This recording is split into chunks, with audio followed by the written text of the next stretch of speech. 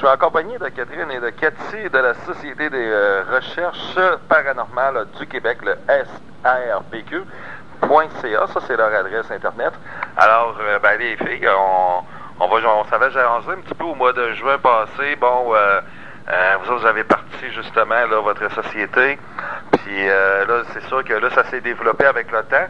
Et c'est ça. Puis là, depuis notre jasette, vous avez recruté des membres et ainsi de suite. Est-ce que vous êtes rendu à combien de membres environ en tout?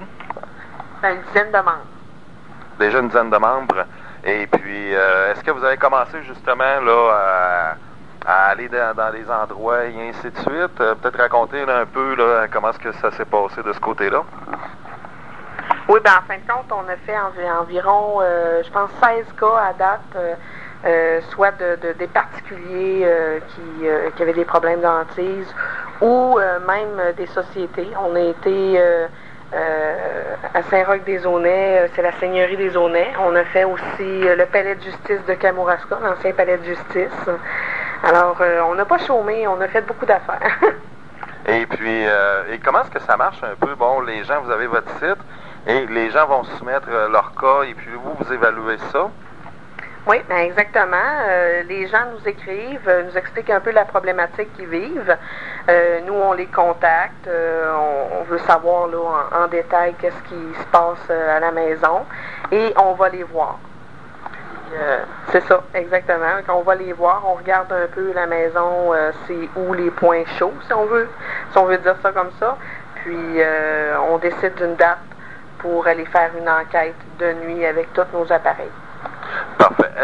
Le pourcentage il se passe quelque chose, il y a des esprits et ainsi de suite, est-ce que c'est un pourcentage qui est élevé ou des fois vous arrivez là puis il n'y a rien ou vous apercevez que, en fin de compte, c'est peut-être la tuyauterie ou quelque chose comme ça? Est-ce qu'il y a des cas que, mettons un genre de petit pourcentage?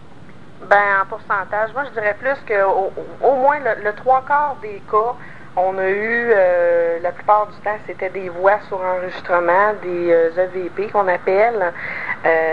Mais là, est-ce que c'est des entités ou non? On sait qu'on a capté des voix. Il y a des places que c'est sans équivoque qu'il y a quelque chose qui se passe. D'autres, on se pose un peu des questions. Mais comme il y a d'autres places aussi qu'on ne capte rien, mais ça ne veut pas dire non plus qu'il n'y a rien. T'sais, ça se commande pas, ça, là. On n'arrive pas là, on est là, c'est le temps de parler. Mais ça se commande pas. Ça, mais il y a des endroits aussi que, bon, à un moment donné, on découvre que c'est la tuyauterie, là. C'est pas un fantôme aussi, là. C'est important de le mentionner, là. OK. Et puis, est-ce que vous avez eu des visions? Est-ce que vous avez vu, là, des genres de fantômes? Non, on n'a pas vu de fantômes. Non, on n'a pas vu de fantômes. On a vécu de l'interaction, surtout à la Seigneurie des Aunais, là, avec notre Key2Meter. Les lumières s'allumaient, on posait des questions, ça faisait comme répondre, mais c'est ambigu, on ne sait jamais qu'est-ce que ça répond non plus. Il y a une autre place aussi où il y a un rideau de bambou qui est parti en peur, on pourrait dire. Là. Il y a eu comme un coup de vent dedans. On a fait un bon saut. Là, là ce soir, j'ai participé avec vous autres, là, justement, autour de la table, avec des membres de votre équipe. Là, c'est quoi? Le but, c'est de faire bouger la table. Et c'est ça. Puis là, il y a il y a des gens qui sont alentour, tout ça. Habituellement, comment est-ce que vous avez commencé ça, justement, là, à faire venir des gens, comme on disait, la semaine, il n'y a absolument personne, mais le vendredi, vous êtes capable d'être en mesure d'avoir des gens à venir sur place.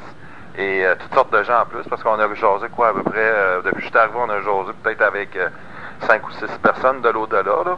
Mais comment est-ce que ça a commencé ça? Comment est-ce que ça a commencé un petit peu l'histoire de la table? Oui, c'est ça. On a regardé, comme un peu tout le monde qui s'intéresse aux phénomènes paranormaux, l'émission de Chantal Lacroix, Rencontre paranormale. Puis bon, les gens nous demandaient à tout le monde un peu, est-ce que c'est vrai l'histoire de la table? Donc, on a dit, là, on ne sait pas trop.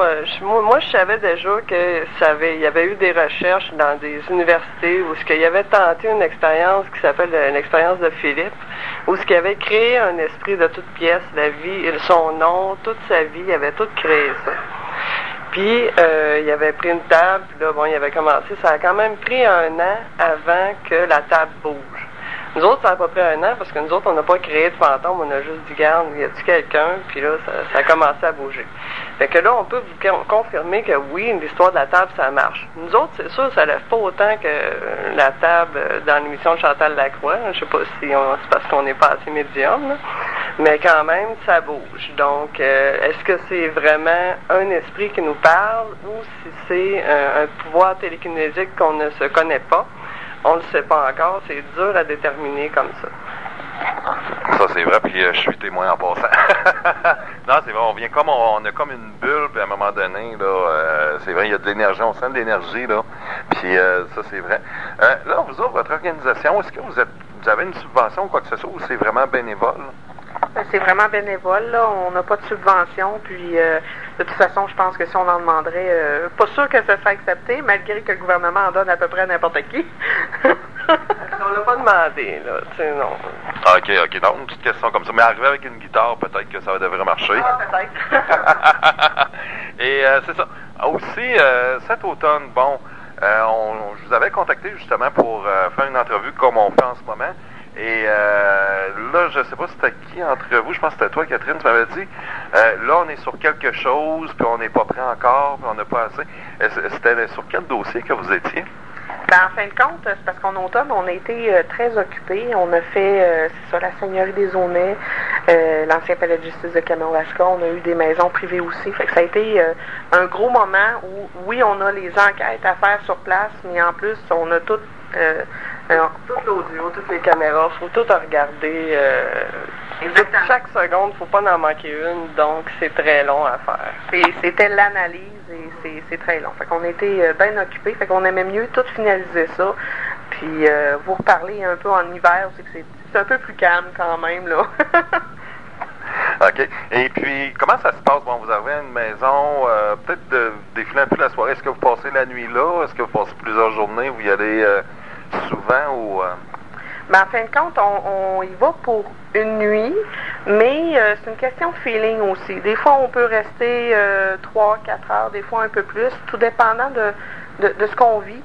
C'est vraiment une question de feeling, là. Ça dépend aussi des gens, là. Si à un moment donné, à 2 heures du matin, ils sont comme bon, ben là, c'est temps que vous rappelez vos affaires puis vous retournez chez vous. OK, pas de problème, on y va. Ouais, il y a ça. Peut-être en terminant, peut-être une petite anecdote qu'il y a eu dans vos petites aventures. À la Seigneurie des Aunais, on a été dans le sol. Bon, on a commencé à faire l'enquête en haut, tout ça. On séparait les équipes en deux. Puis, bon, il y avait une partie de l'équipe qui était au deuxième. Nous autres, on était au sol. On était 3 personnes. Puis, on a été dans un coin du sol en particulier. On a remarqué que le Quito, il avait allumé. C'était le K2 meter qu'on appelle. Donc, là, on s'est mis à poser des questions en français, mais on savait que l'autre équipe d'avant avait posé des questions en anglais, puis ça semblait marcher mieux. Donc, on s'est dit, bon, on va continuer à poser des questions plus en anglais. Parce qu'en français, on n'avait pas beaucoup de réponses. Mais en anglais, c'est ça, le Quito s'allumait, là, jusqu'au dernier, ceux-là qui connaissent le Quito, là, il y a 6 lumières après ça, les 6 lumières allumées. Ça, normalement, là, quand ça l'allume à 6 lumières, c'est parce que tu as approché ça du frigidaire, là, ou bien du micro-ondes. C'est quand même un champ électromagnétique assez fort. Puis on savait qu'il n'y avait rien de branché qui pouvait générer ces lumières-là pour qu'ils allument. En fin de compte, il n'y avait même pas de chauffage, tout était fermé. La Seigneurie des Aunais était fermée pour la saison hivernale. Donc c'est ça, il y avait le Quito qui a allumé plusieurs fois pendant presque 30 minutes sans arrêt, là, ça l'a allumé. Ça répondait aux questions, c'était un peu ambigu, c'est sûr, là, parce qu'il allumait beaucoup, on dirait que l'esprit, si on peut dire que c'était un esprit, était énervé là, de nous parler, puis elle faisait beaucoup allumer lumière. Mais à part de ça, c'était pas mal ça.